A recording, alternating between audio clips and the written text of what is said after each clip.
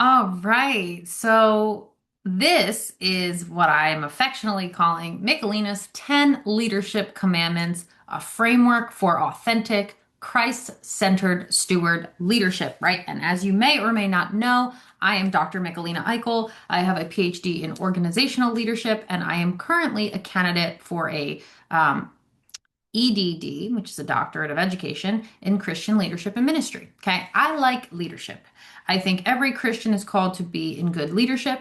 I think when you become a Christ follower, you need to move from old identity to new identity, right? And so in the last 7 years, I have gone through quite the wounded to witness to warrior journey. I now coach that, I teach that, I mentor that. I have a group community for that. I've got courses for that. I've got guidebooks. I've got YouTube channels. Like, I care a lot about identity and leadership and transformation, right? And so, if you know me at all, you know that I was a pretty decent person from ages 0 to 30. I did the best I could with what I had. And what I had was a pretty broken heart.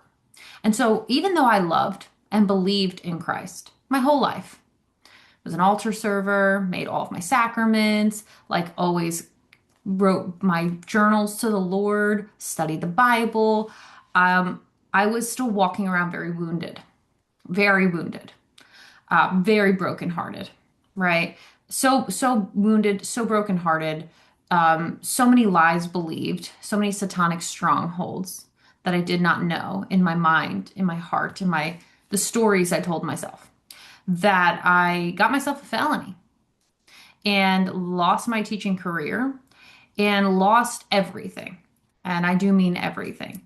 If you've ever studied disenfranchised grief, it's the idea that you have a grief that everybody disregards. uh, you will understand maybe a little bit of what I went through, which is that I was sad and my whole world was ruined and my whole life was ruined and nobody really cared because everybody thought I deserved it. And maybe I did, but I still had to live with myself. And so what started was a process back to life, back to myself, back to the Lord.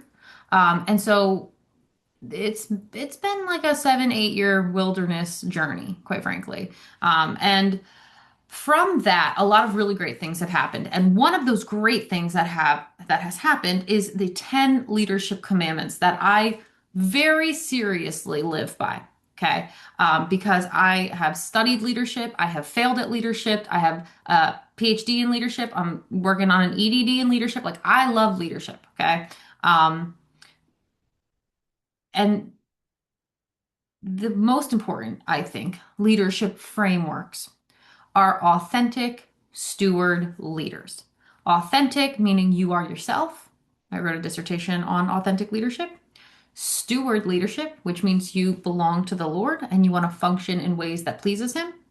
And leadership being authority and influence, right? So here are, with that introduction, my 10 leadership commandments that I live by for myself. You do not have to live by these, okay? I live by these now because I have failed in leadership, because I have let my feelings take the place of my morality. I have failed in integrity. Okay, I have done wrong things.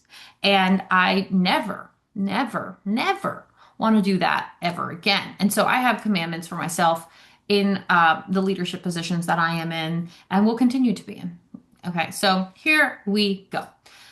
Leadership rule number one, commandment number one, if you will, thou shalt not, right? But no, I wanted to make this a sort of positive, right?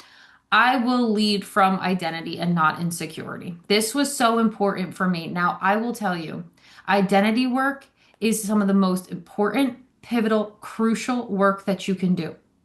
And I have the Wounded to Witness course and the Witness to Warrior course to help you build out new identity. If you have seen the seed to tree growth model video that I have, um, it talks about the identity journey, the transformation process, right? And so leading from who you actually are and not all your trauma responses is so important. And so I led from insecurity, right? I had a fake it till you make it approach. Like I led from insecurity. And I had to put on and pretend like I wasn't anxious, that I wasn't scared, that I wasn't this, that, and the other thing. And now I just show up as I am. Like it's just this is what you get. This is me. I do the best I can with what I've got. It's a grounded confidence in knowing who I actually am, created by the Lord to be and functioning out of that place, right? And so when you lead from identity, you do not get defined by performance, by labels, by other people's opinions, by if people approve or disapprove of you. You do not confuse your who and your do, right? And I had to learn this, I'm telling you, because when you get labels on you, felon, pedophile, sex offender, societal outcast, misfit, right? All of these labels that I got, that I was like, these not only are they not true, and not are only are they like gross misjudgments of me and my character, but I have put myself in a position by leading from insecurity that people can ascribe that label to me. I allowed this to happen, right? And so I can't even be mad when people want to call me that. But I had to know it wasn't true of me. And I do know that. And I don't care who does and doesn't know it because I know it. Right. And so when you are so grounded in yourself and in the Lord, it really doesn't matter what people say about you when you know it's not true. If someone's like, Michelina, I hate your blue hair, I'm going to say, okay. Why? Because I don't have blue hair and I don't care, right? Like it's really that. And so when you come into knowing who you are truly, for good and for bad, your strengths, your weaknesses, and you just get a really like well understood character assessment, you can lead from that space. And it's really, really important. Authentic leadership is about self-awareness, being self-aware. It is about internalized moral perspective. Internalized moral perspective has to do with you have internalized some sort of morality that you lead out of. Balanced processing, which means you can make objective decisions, you can make discerning decisions, and like effective communication, transparent communication, right? Those are the four tenets. According to Avolio and Gardner, 2005 research, they're kind of like the seminal authors on authentic leadership.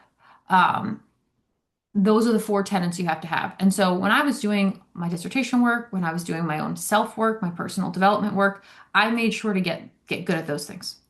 And now I coach and mentor people to be their own authentic self, right? Like not my version of who you are, the true version you know best, right? So when you come into Christ, you are a new creation. And so there are certain things that you want to know about that. Again, if you've never studied with my minister channel, then you could go check that out. The minister channel has a lot of information on the walk with the Lord. But also, there are things that were true of you from your inception, from your conception, right? Before you were formed in the womb, you had things that were true about you, right? I have nieces, and they have had personality since they were 6 months old, right? And that's just in them. In the same way, an apple seed is going to make an apple tree, and a lilac seed is going to make a lilac bush, right? It's really like there are things that are unique blueprints to you. The same way you have unique fingerprints is the same way you have unique character, gifts, and talents that are in you, personality that is specific to you. And so often, and I'm going to wrap it here because I could talk about identity all day. Leadership and identity, I can talk about all day. Okay, and I do. I do. Um, the thing that is so important is that you stop leading from your trauma responses. So many people think their personality is how they show up, and most people, what they're functioning out of is their trauma response. And I did this, and I'll never do it again. And so that is number one. Number two, I will steward and not strive. This is really important because when you're wanting all the things your way, you're in your ego place, you are trying to make things happen. I have done life now in my own way and in the Lord's way. And I will tell you, it is easier in the Lord's way all the time, right? So, stewarding means that you are doing what He wants you to do for the betterment of the kingdom, but also to give you the things that the desires of your heart. And I'll give you an example of this. When I first applied for a PhD, the first program I got into was actually a PhD in literature back in 2018 and 19, right around the time my life fell apart as I knew it. I applied for a PhD in literature and I got into a couple programs and I had planned to go. But I did not really want to get a PhD in literature. I really didn't want to write a dissertation on a book. I really did not want to do that. I'd already had a master's in literature. I had a bachelor's in literature. I taught literature for 7 years. Like, I did not really want to do that, but I didn't know what else I was supposed to do. And I knew I was supposed to have a PhD, and I didn't know why. I just did. And so I was trying everything to make that happen. And because of legal reasons, because of the consequences of my own actions, I ended up not being able to go to South Carolina, where I was admitted to the University of South Carolina's literature PhD. And that was in 2019, August 2019. And I was so upset. My whole world, it had finalized the collapse of my world and my life as I knew it. And I gave my life to the Lord. I'd already given my life to the Lord. The Lord already had my life, but I was still striving in my own will. And what ended up happening when I was like, you know what, Lord, my whole life is completely obliterated. I've run my life into the ground. What do you want me to do? That was part of a very important choosing life decision that I won't get into here. And so, literally, maybe 3 months later, I'm I'm working and my whole life is different. My whole life was so different. And I see this because I'm looking at the University of South Carolina online and I'm like, oh man, that's so depressing. And I found this little university 20 minutes from USC called CIU, Columbia International University. And something in me, because like I said, I've been walking with the Lord a long time, even though I didn't listen well. Um, and it was like apply to a PhD here. And I was like, God, they're not going to want me. Like no one's going to want me now, right? In October, November 2019, it was very low morale, right? I'm like, nobody's going to want me now. And the thing that really came out was if they are the true Christians that they say they are, they're not going to judge you for your past. And I was like, okay, Lord, I wasn't very optimistic, but I was working on being obedient. And I did want to get a PhD. And sure enough, I got into the program. It was organizational leadership. Turns out it was exactly what I wanted to study. I was so immersed in the literature. I loved it so much. And it was the beginning of the business path the Lord was building in my life. I just didn't know it at the time, right? 2019 to 2026 has been a whole business path. And I had never fancied myself a businesswoman or an entrepreneur, right? But I still obedient to the Lord, started a company in 2020, January before COVID. And I started to do things the Lord's way. And stewarding his will for my life has put me in the exact right conditions, positions, places. And he just is his way is so much better than mine ever was. His plans were so much better than mine. So I will steward and not strive is a reminder to myself that like, God, I want your will. I want your will. I want nothing else in my own right because you just know me better. Everything he gave me was everything I wanted. And everything I do is not for me, it's for him because like I really really love to serve him. And I'm so grateful to do that. And when I do that, the pressure is off me and the responsibility is his and mine together. Right? I'm like, Lord, you want me to run this ministry for you? Bring the funds in. Right? You want me to show up and do this work, Lord? You're the boss, man. Make it all happen. Right? Me and you together are a unit. And so it is so important to be a good steward. And I think Joseph in the Bible does a really good job of this. He's a great steward to Potiphar. He's a great steward to Pharaoh. And he's a great steward, of course, to the Lord. One of the only biblical characters that we never see him do the wrong thing. Like he doesn't take a wrong step. A lot of betrayals happen to him, but he's always doing the right thing. And so I aspire to be that kind of a steward, right? I do. And I knew that in May of 2020 when I started my PhD in leadership. The first course they have you take is CIU because everything is very defined out, is steward leadership. And so right at the beginning there, I'm researching authentic leadership for my dissertation because it was an accelerated program. So you're working on your dissertation at the same time you're taking coursework.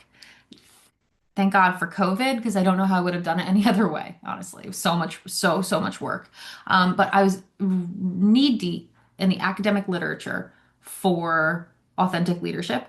And then my first 8 week session was about steward leadership, and it just married those ideas for me. And that is why they are commandment one and two. Authentic and steward leadership is the best way. That is, I will live and die on this hill. If you are a Christian, that is the best type of leadership. There are other types of leadership, okay? Transformational, servant, autocratic, da da da. I've got the books, right? But authentic steward leadership is the way that I think you serve the Lord best and you serve the brethren the best. And you are the happiest. And I am living proof of that being the case because I'm pretty darn authentic now and I'm stewarding pretty well now. And it's great. It's really, really just such a solid, grounded place to be. So those are the first two. Okay. Third is I will choose obedience over comfort. Fam, I know you're not going to like this one because everybody likes to be comfortable. I am currently right now in the midst of doing 75 hard again because it's the thing the Lord commanded me to do so that I could go into the next level of breakthrough. It is not comfortable. It is painful. It is not fun, but I will be obedient above all things. I am not going to say, God, I don't feel like it. God, I'm not going to do this because it's uncomfortable, because it's hard, right? Like when God tells me to go, I'm going to go. Just like Abraham, right? The Lord said, go to a place that I will show you. And Abraham didn't even know where it was and he just went, right? Obedience. And if you've been on my minister channel at all, you know this is the case. The big problem in the Bible is the disobedience factor, right? From the garden to Revelation, disobedience is the big problem. And it is because we're not good at submitting to authority. The reason we're not good at submitting to authority is because we don't trust. And the reason we don't trust is because we've been hurt, right? And again, if you want to take the wounded to witness work, I highly suggest it because it's super important. And and it's available in the community, the EmpowerPath community, and it is available on Udemy, right? So there's two different places you could go to get it. But obedience over comfort is a mindset. It's a discipline. There's a reason why to be a disciple, disciple comes from our word discipline, disciple, they come from the same place. To be a good disciple, you need to be disciplined. You will never be an apostle, a sent forth one, if you are not a disciplined steward. And so we see this a lot in the Bible. I don't want your sacrifices. I want your love. I want you to be obedient to me, be a hearer and a doer of the word, like Jeremiah 7:23. Hear and obey my words, and I'll be with you. Deuteronomy 28. If you hear and obey, right? It's everywhere in the Bible. So I no longer question like, why, God? Why do I have to do this thing? It's like, go do it. I'm like, okay, I'll do it. Do I miss the mark? Yeah, guys, I'm not perfect, okay? Like, do I have to like sometimes I didn't realize he was calling me to do something, and then I'm like thinking on it. I'm like, oh no, I missed opportunity. Let me fix this or repent if I can't fix it, right? But the goal, these are the goals for my life, and so far they're really working out. I mean, it has worked for the last 8 years. It has got me to a place I cannot even believe. There's no earthly reason that I should be where I am doing what I'm doing. There's none. There's none. It's only God. But my obedience has been helpful to that, right? Um, 4, I will lead with truth even when it costs me. For a while, I was my Instagram was lead from truth, and then I shifted it all around. But um, the thing about truth is that it is a sort of progressive understanding. If you would have asked me a decade ago if I was self-aware and like I knew myself well, I would have said yes. And I would have thought I was telling the truth. And then what would have happened is I would have learned otherwise. Because when I was sitting in a jail cell in October of 2018, I was like, how did I get here? I'm like reading my charges and I'm like, how did I get here? Like how? I like it felt like very out of body because I'm like, what what would possess me to grow close to somebody that I shouldn't have grown close to? Like, why did I do that? Why did that happen? And that question was part of the reason I really worked to discover the truth about myself. Like, why was I so desperate to have somebody that understood me? And I'll tell you what, years of therapy, years of coaching helped me to better understand those things about myself. And it was like, oh, I never felt understood. I never felt seen. Nobody ever understood me. What was wrong with me? All these wounds coming up.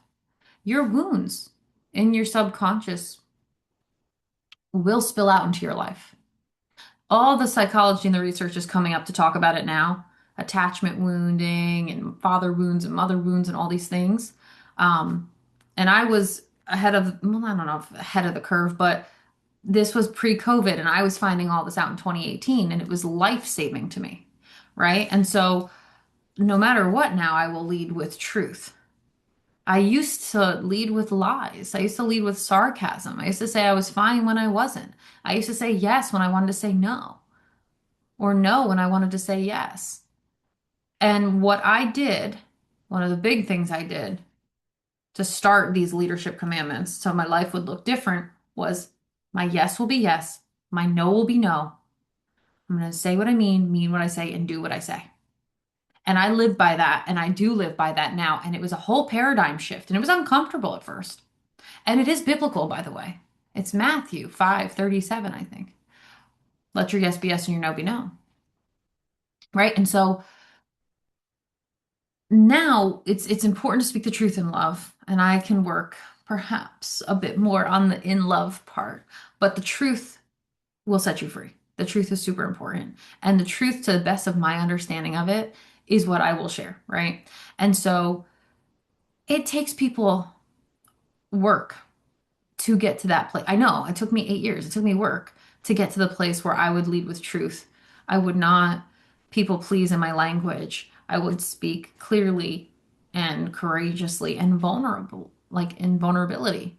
I now I don't have a hard time saying like that hurt my feelings. Like, man, that sucked. Like, ow, I'm in a lot of pain from that. 10 years ago, it was always I'm fine. I'm fine. I'm fine. That's a lie. And I won't lie anymore. I'm like, don't ask me how I am if you don't want to hear the true answer. And I had to learn this. Um, One of the best books for this is Atlas of the Heart by Dr. Brené Brown. She does such good work in the understanding of our emotions. But what I had to do in 2018 to get good at like speaking the truth about my own self was I was in therapy and and my therapist was like, "How are you today?" And I was like, "I'm fine." Meanwhile, I'm seeing her twice a week every week. My life is in shambles. And I'm like, "I'm fine." And she was like, "I read about you on the news this morning. Like, you're not fine." And I was like, "I don't know what to tell you. I am fine." And she was like, and she took this sheets of paper and she gave them to me. And I looked, it was faces with emotions. And I was like, "Oh, I'm upset, I'm frustrated, I'm scared, I'm anxious, I'm embarrassed, I'm ashamed, I'm all these things. Worried, uncertain." And it unlocked language in me that I had never been allowed, right? And so now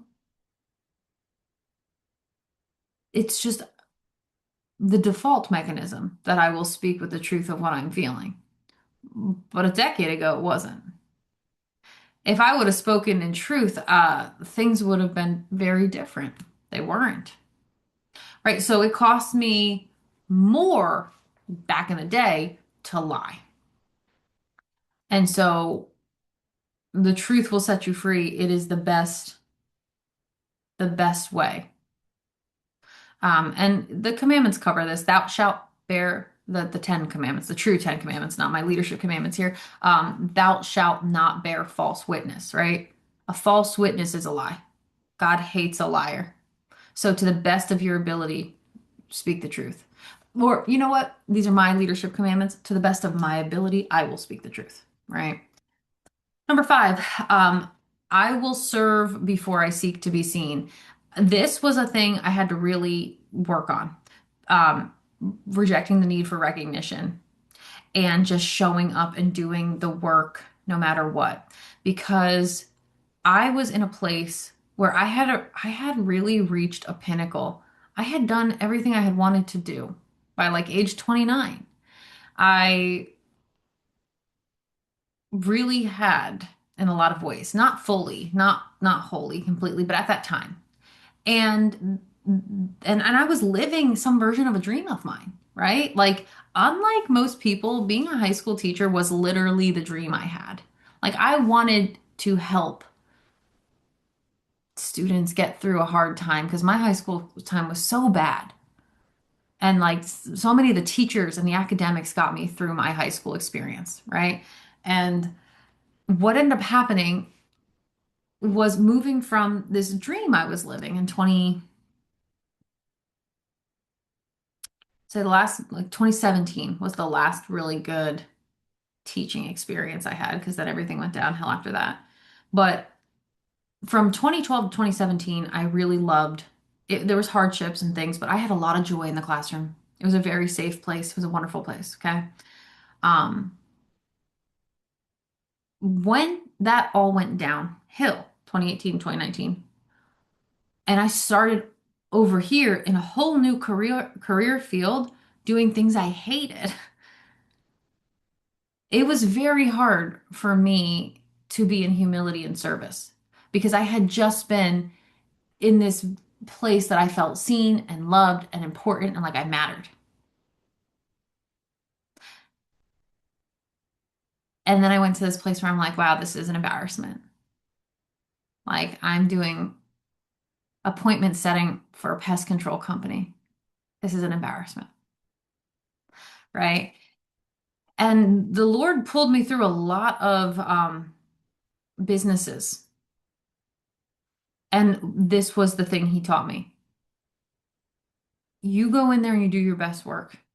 Okay? You do your best work. It doesn't matter if you're overqualified in some ways. You have things to learn, you have things to do, and they're hiring you for their company that they believe in.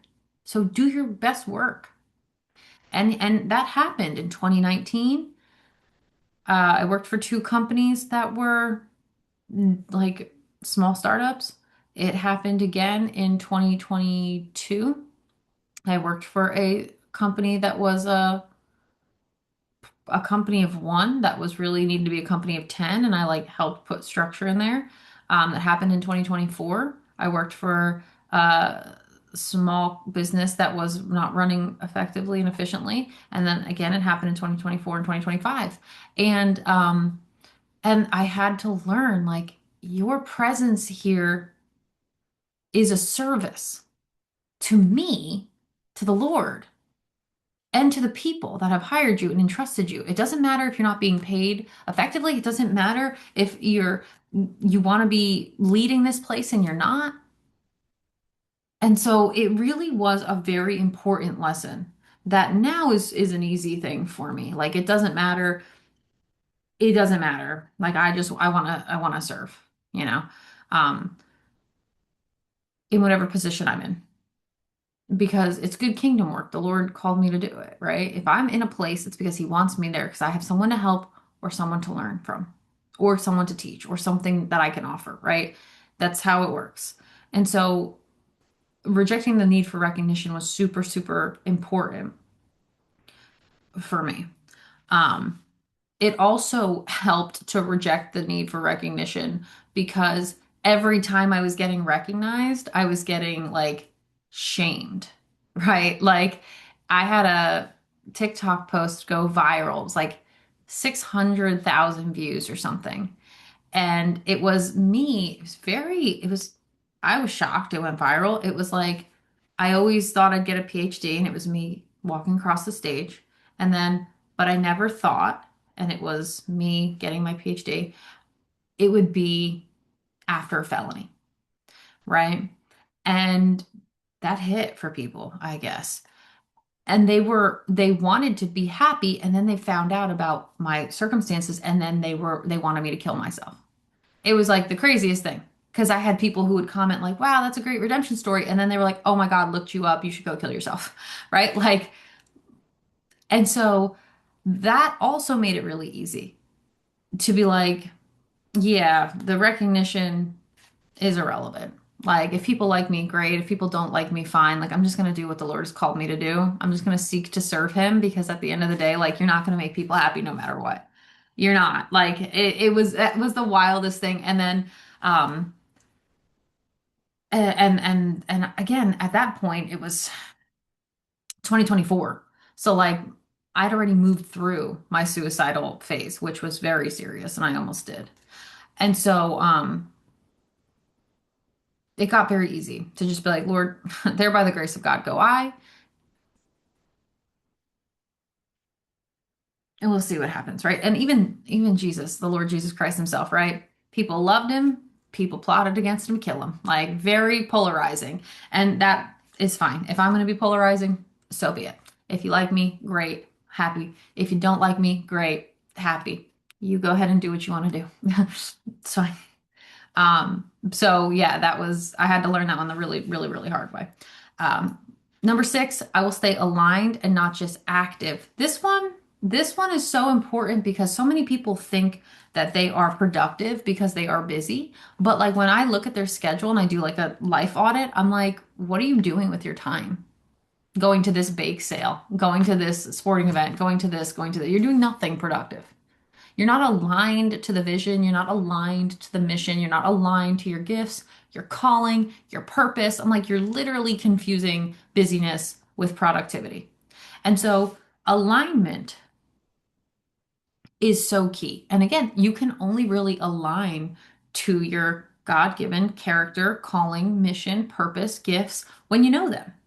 And so a lot of people are living a life that is busy, and because other people kind of just like told them to go there.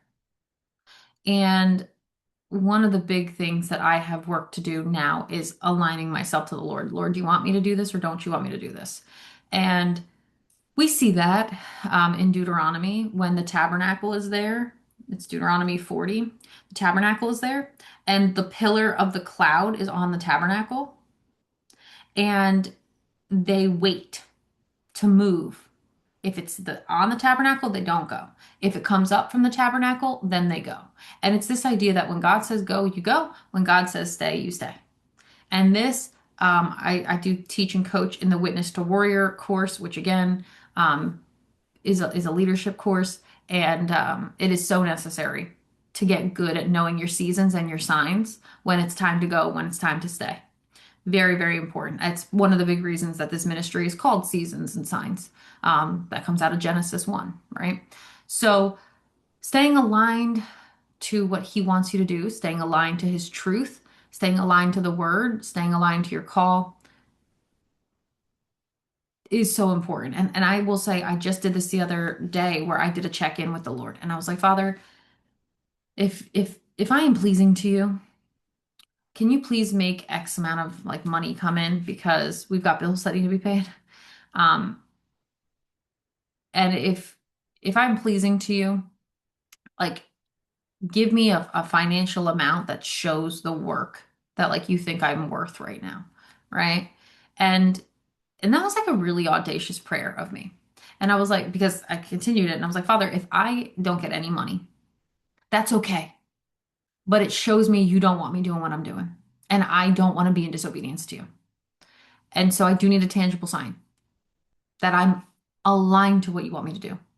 And within the next 24 hours, I think 15, $1,800 came in. It's like $1,800, 24 hours. And I was like, okay, Lord, I'm going to stay doing right what you want me to do, right how you want me to do it. Thank you. Right. And so it is so important to do check-ins with him.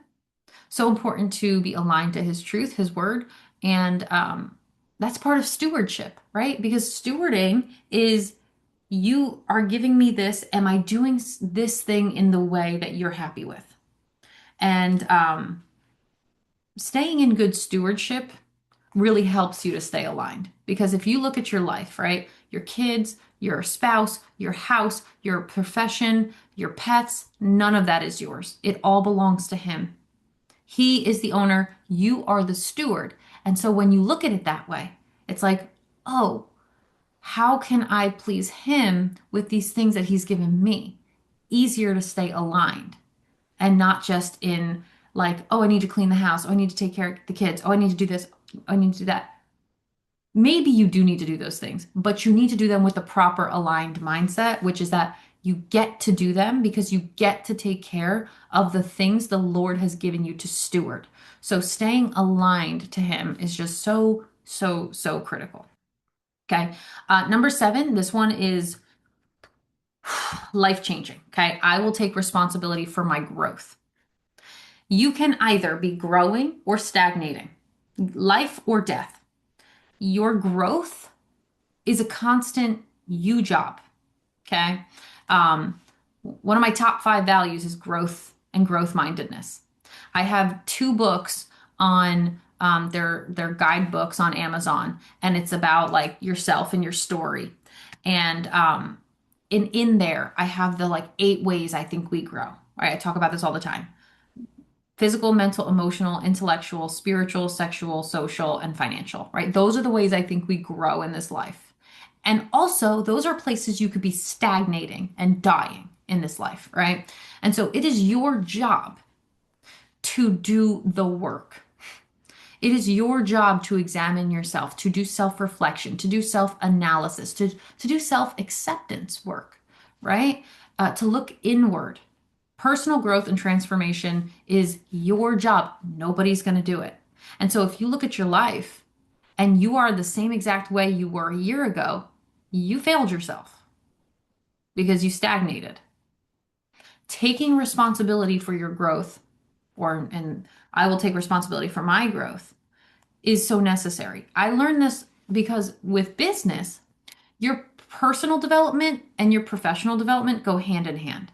When you're running a ministry or a business or any organization that is your LLC or you're the CEO and founder of, your business will rise or fall to your character level, your growth level. And so the places where I was getting bottlenecked in the ministry or the business were places that I still needed to do root work. And then the deeper the Lord dug in me, the better my business became because my business is a reflection of myself. And so I had to take responsibility for my growth. I do growth work every day. And that's spiritual growth work, like hanging out with the Lord. That's physical growth work, working out and eating well and sleeping well. That is emotional work, checking in with me and emotional regulation. That is intellectual work. I'm constantly studying and learning. Like, literally, your growth is a full-time job. It really is. And you're responsible to do that. I find this happens a lot with parents where they're doing things with their kids and they're seeing their own patterns reflected in the children and they don't like it. And so they start to do their own growth work because they're like, oh my God, like, what am I instilling into my child? So I don't care how you come to growth work. If you're watching this and you're watching me, my guess is you want to do growth work because that's all I care about. It's helping you grow into better versions of yourself, truer versions of yourself, right? So, super important to take responsibility for your growth and really for all your actions. That's a different lesson for a different day. Okay. Number 8, leading with discipline and consistency. This one I've actually really never had a hard time with. Okay. I've been doing this one. My mother put this good example in me. She showed up disciplined and consistent. My mother, best leadership coach I ever had was my mom, because that woman worked night shift. Okay, she raised 3 kids under, like, we were all a year apart, and she would just show up disciplined and consistent to the point where I didn't even know how hard she had it. There was one time I went to her when I was like 7, maybe 8, and I said something about crying, about how, like, I don't cry, mommy. I was like 7 or 8. I was like, mommy, I don't cry.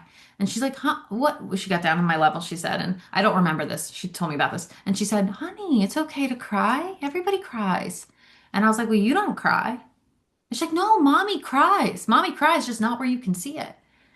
Now, in retrospect, I wish we would have had a moment there to realize, like, I wish we would have had a moment there to realize, like, hey, your daughter is thinking that you never cry, right? But we, what ended up happening was I did not emotionally regulate well. I faked it till I made it. I never let them see me sweat, right? That's what I did. She was better, and I just didn't know at emotional regulation. She would let it off where I couldn't see it. Now I can do that. But growing up, I didn't know how to, right?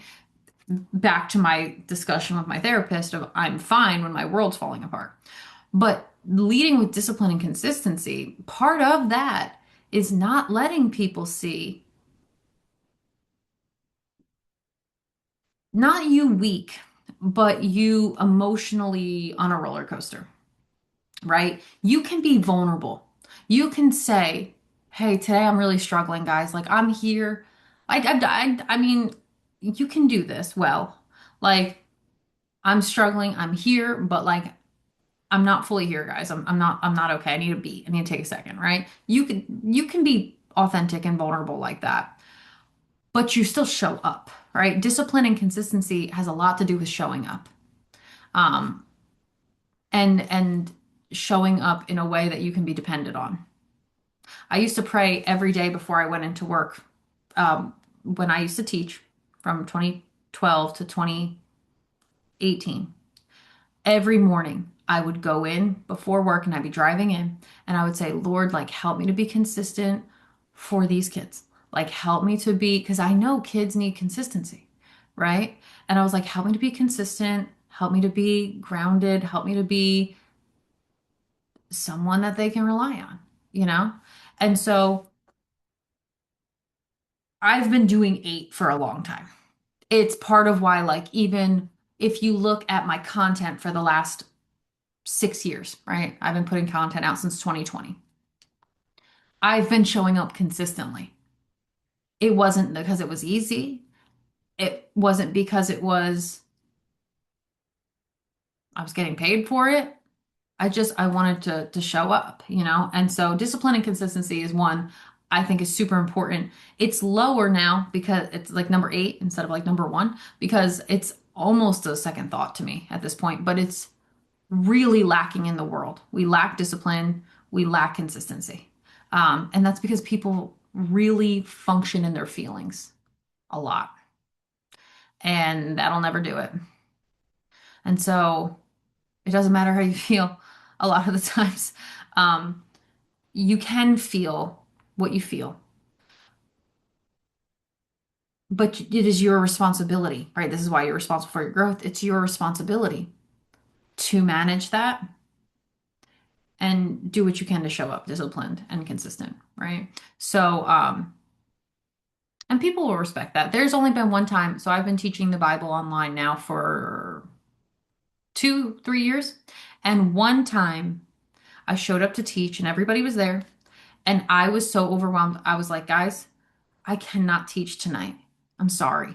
And they were like, it's okay. Take your space. Do your thing.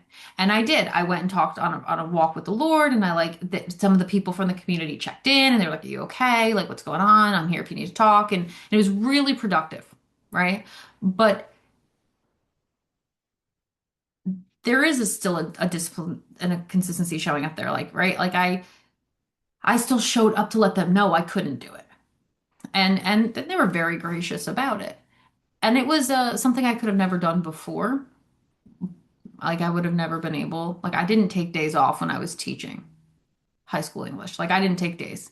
Like they knew if they, that's actually how like everybody knew there was something wrong because I was missing with no sub plans. And like this was October 4th and 5th of 2018. And I was getting a lot of texts like, what happened? What's wrong? Because in 6 years, I had never missed a day without like sub plans. Um, and so that one hasn't is not hard for me, but that's because I had a great mother who showed me these things. And so last two, if you're still with me. Number nine, building people and not just platforms. Every single good leadership work will tell you people over profits, people over platforms, people over everything. You are here for people. You are here as a steward to love God and love people, to have a vertical relationship and to have a horizontal relationship. Love God, love people. And this is the love walk has grown cold, right? And so it's so important to remember to build people and not platforms. It's so important to focus on how can I help, not to overextend, right? If I don't have it, I can't give it. But to just, if I can help, I'd like to help. If I can't help, let me pray about it. If I can't help, let me find someone who can. If I can't help, let me just be here with you in it, right? Building people and not just platforms. It does no good. It does no good to have a platform if you use it for crappy influence, right? Like so many women now have OnlyFans platforms. And guess what? You're destroying marriages, you're destroying your own image, you're destroying your own soul, and you don't even know it. No, a platform is not the thing.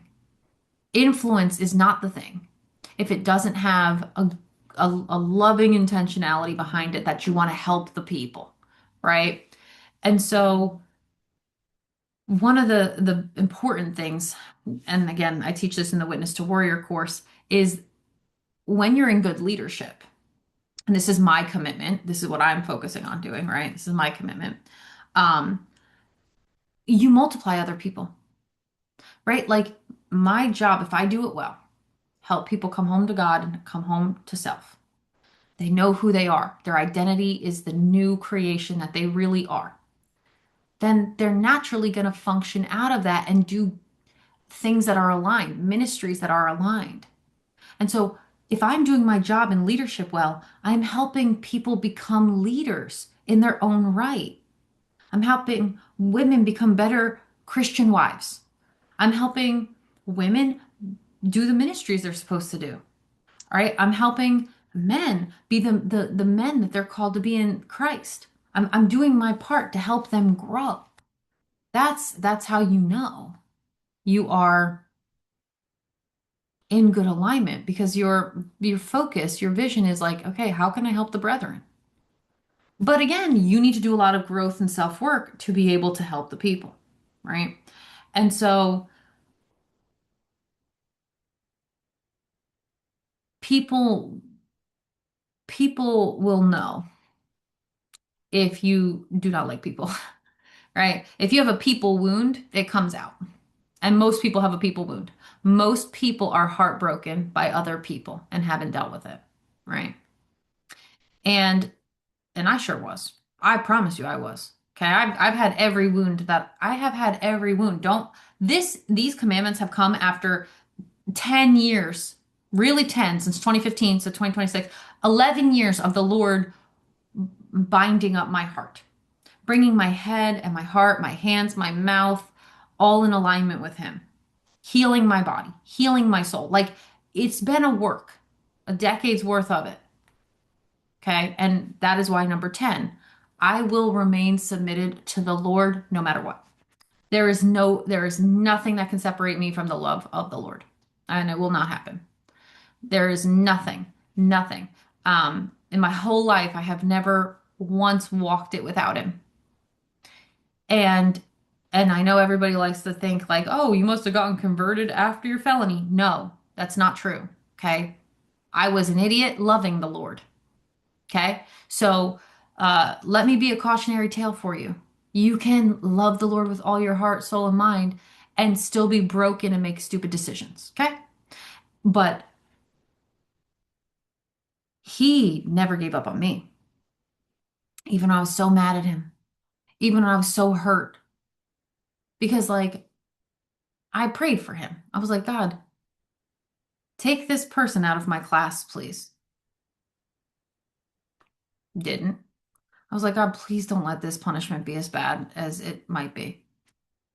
It was. Maybe it could have been worse, but still wasn't great. Right? Like there were things that I asked him for that didn't happen. And I was mad until I realized, yeah, and I realized a lot of things. He knew better and he knows better. And and he was with me every step of the way. When I was in solitary in jail, October 6th and 7th, 2018, um, I was only supposed to be in there like overnight, and then because it was Columbus Day, the judge wouldn't be in until Sunday. And so you cannot imagine hearing in jail that you will be in jail for at least another 24 hours. And when they told me that, I was in a room full of books. And I asked the Lord, I said, Father, well, first I asked the CO, the correctional officer, right? And I was like, can I take a book or two back to my cell? And she said, yeah. And I was like, oh, thank you. That was the first miracle. And then the second miracle was I prayed quick in my mind. Because again, I've been walking with the Lord since I was a kid. I've always known the Lord. Um, and I was like, God, give me a book that'll like, give me something that is really gonna like hold my interest and like hold me together for the next time. And he gave me two. One was Francine Rivers' The Scarlet Thread. It's on my bookshelf now. Probably saved my sanity in solitary confinement in jail. And two was The Plum Tree. And the first was she's a Christian novelist. I had no idea. I never read her. There was a wall of books. And he led me to that one. Now he'd done that for me before in life in Barnes and Noble and Borders. I would pray and I'd be like, Lord, give me what book do I need? Right. So I've been doing that game with the Lord for a long time. And he did. Faithful. I knew he's always been with me. And so there will never be a time I'm not submitted to the Lord. But now I'm really submitted to him. Before, I was kind of like having one-sided conversations in my youth when I was younger and more immature. I was having one-sided conversations. God, please do this for me. God, please do this for me. God, please make it happen my way. It is not my way. It is his way. He showed me that. I asked him, I said, back in 2025, I said, Lord, I'm sorry, 2015. I said, Lord, I want to know you better and I want you to know me better and I want to have a closer relationship with you. He taught me. He taught me the truth of himself, right? And I asked for it. And I've lost a lot. And I was broken in many ways. Every way you can be broken, I was broken, okay? Mind, heart, soul, spirit, life, circumstances, you name it, I was broken. Finances. I will remain submitted to God above all. Why? Because he'll redeem it. He will redeem it. He will give you beauty for ashes. He will redeem it. He will do the work. And so you just humble yourself before the Lord Well, again, these are my commandments. I will humble myself before the Lord. Or he'll humble you, right? I got humbled. I did. I got humble pied. And I hated every second of it. Until now I see. Now I know, right? He is the source. I am the vessel. And and now I live like that. A decade ago I did not. I really thought I was something. I really sat on the throne of my own heart. And that's just not, there's not room for me and for him on the throne of my heart. It has to be him.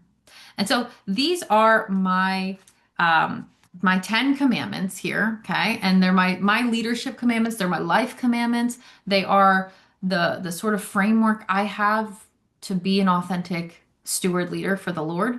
But again, I am giving you a summation of 8 years, 10 years of personal, professional, spiritual growth and development, okay? And so if you want more of that, you want more of this sounds like a life you want to work to live, I highly recommend finding the resources that I have. Okay.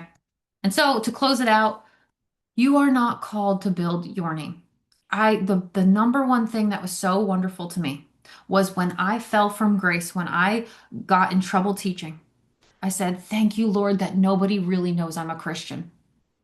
I was so thankful because I didn't reflect poorly on him. I threw my own name in the gutter. I was an embarrassment among the brethren to my own self.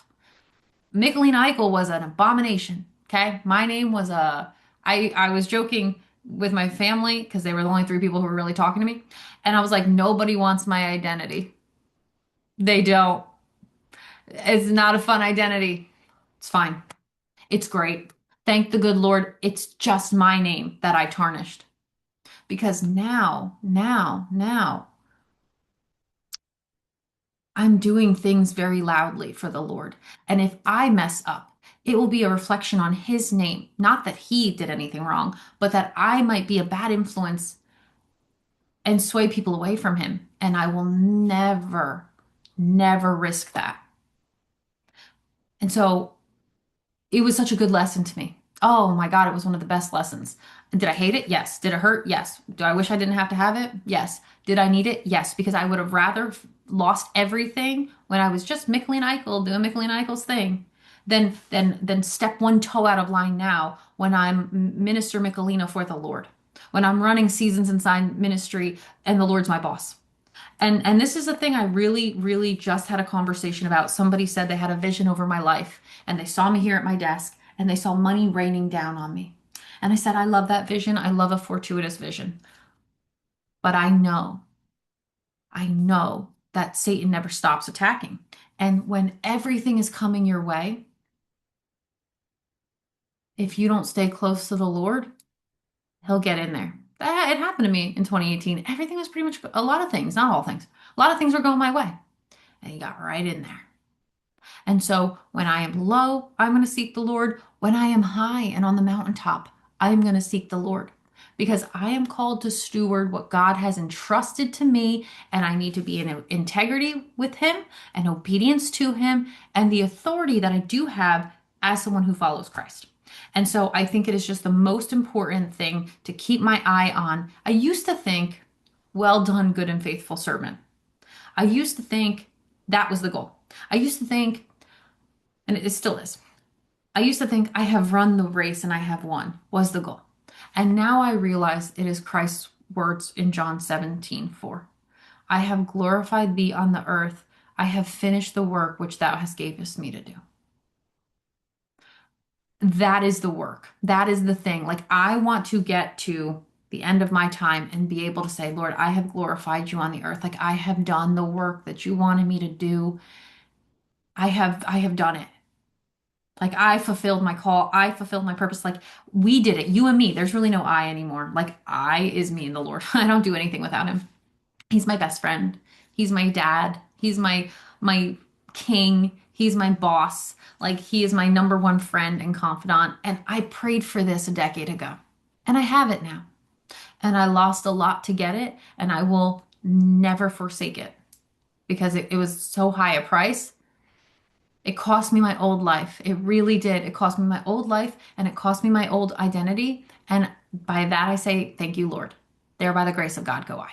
Okay. And so if I can help you come through, um, if I can help you come through to this reality, if this is something that you want, hey, you just let me know. Contact me in any of the places that I am. Okay. Um, dr.michelinaeichel@gmail.com is my email. You can find me on Instagram, Facebook, TikTok. You can go to selfandstoryanalyst.com. That's my one of my websites. I mean, I have so many resources. And so if this feels like something that you have on your heart to come and be an authentic steward leader for the Lord, knowing the cost is high, it will cost you your life, but knowing that the prize is worth it, you get to be who you are. You get to know the Lord, know yourself, know the word, know the truth, function out of your gifts and your callings. um, you just let me know, okay? Because I really love to do this work, and I really can tell you right now, I've done that work. I have done it. I have done it. And so I will continue to do it because even though I've come through really important and hard discipline time, the work doesn't stop, but it just refines. It's kind of like if you've watched the seed to tree growth model, this will make sense to you. When you are a fully actualized tree, you're still growing, you're still going through seasons, but it's a slower process. The like seed on the ground, the seed broken in the ground, the sprout phase is faster and more painful and like easier to see. When you get into the stage 5, the big tree phase,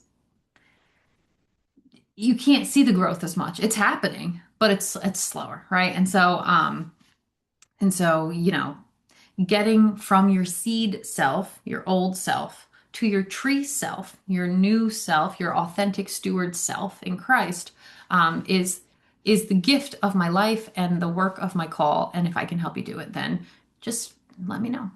Other than that, I hope you enjoyed this teaching. I hope that this is meaningful to you. And really, I'm just sharing what I really do in my everyday life. So I hope that you liked it. I hope that it is helpful. And if I can help you in any way on your authentic leadership journey, being a steward for the Lord, just let me know.